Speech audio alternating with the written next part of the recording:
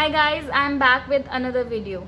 In the previous videos, I have talked about probability terminologies and some examples. So in this video, I'll talk about the elementary properties of probability. So let's start with the elementary properties. The first property is the probability is positive and ranges between 0 and 1. The first property is actually the self-explanatory. It just means that the probability of an event is a real number between 0 and 1.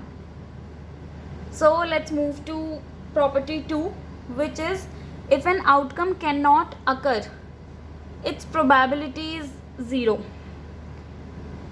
So let's take an example to explain this property.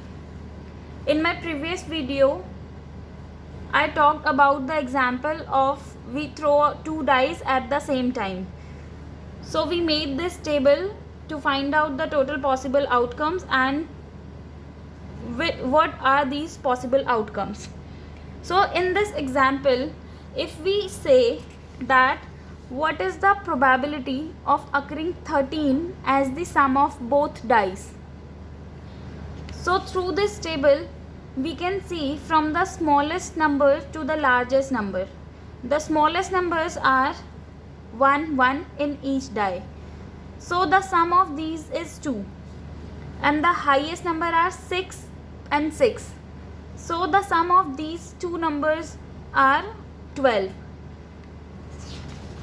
And the requirement for the question is the probability of occurring 13 as the sum of both dice. So in this situation, we can see that it is not possible.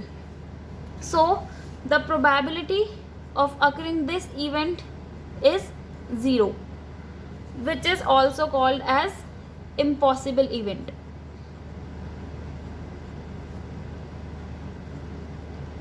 As this event is not possible to occur, so it is called as impossible event. Now let's see the property 3, which says if an outcome is sure, it has a probability of 1. So in the same example, if I say that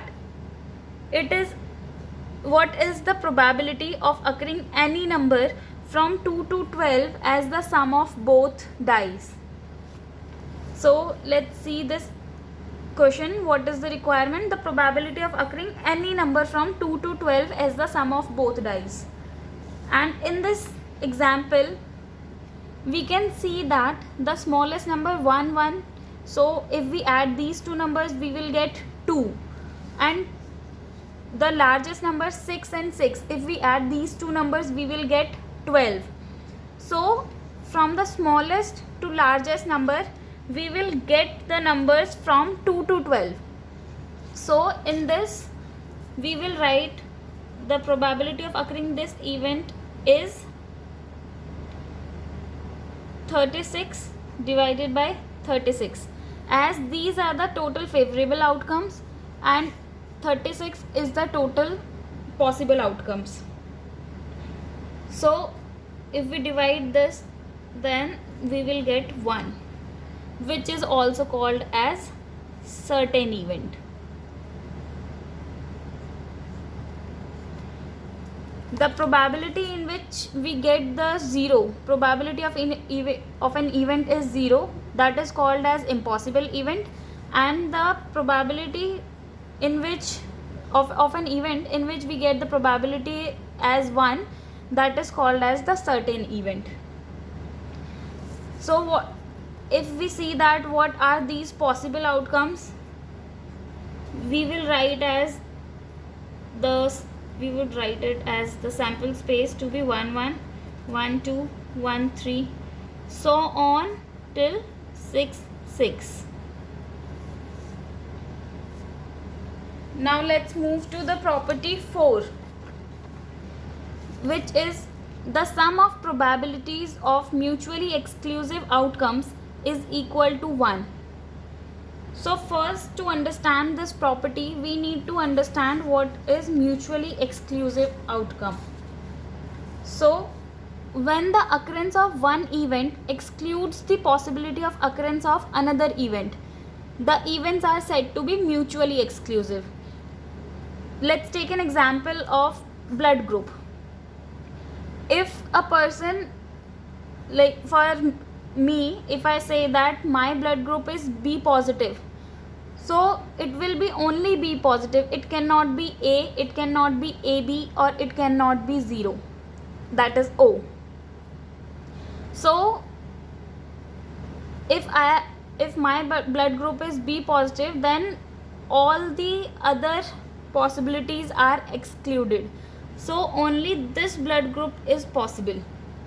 Similar way in gender, if we take the example of gender, like a newborn baby could be male or female. If the baby is male, then it excludes the possibility of occurrence of female. So the baby is male, and this possibility, female, being the female kid, it is excluded.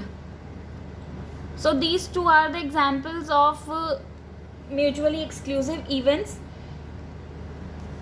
So in the property, the sum of probabilities of mutually exclusive outcomes is equal to 1. Here we can see that the probability of male being a child male and probability of child being female, if we add these two outcomes, then it is equal to 1. Now we can see that we have two set theories of mutually exclusive events. So let's see what these set theories are. The first one is, if two elements have no element in common, they are said to be mutually exclusive, as earlier explained, and the two sets are said to be disjoint. So those two sets, like if we say that this, a child being male and a child being female, these two would be different sets, as these are the example of mutually exclusive event. So these two sets are said to be disjoint. The another set theory is the set that is the intersection of disjoint sets. You can see this in the Venn diagram. Here these two circles are, this one is the first disjoint set, and this another set is the another disjoint set. So the set that is intersection of disjoint sets, the A disjoint set and B disjoint set. So the intersection of these two sets contain no elements and is often called the empty set or the null set.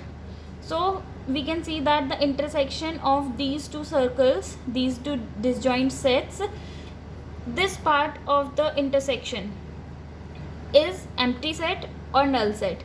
We can also denote it as with the symbol this and this. It is written as null set, NULL set, null set. So these are the symbols to write null set. I hope these four properties are clear to you now, and I hope you guys like this video. So please like, share and comment on the video, and you all can also suggest or ask some topics for the upcoming videos also. Thank you.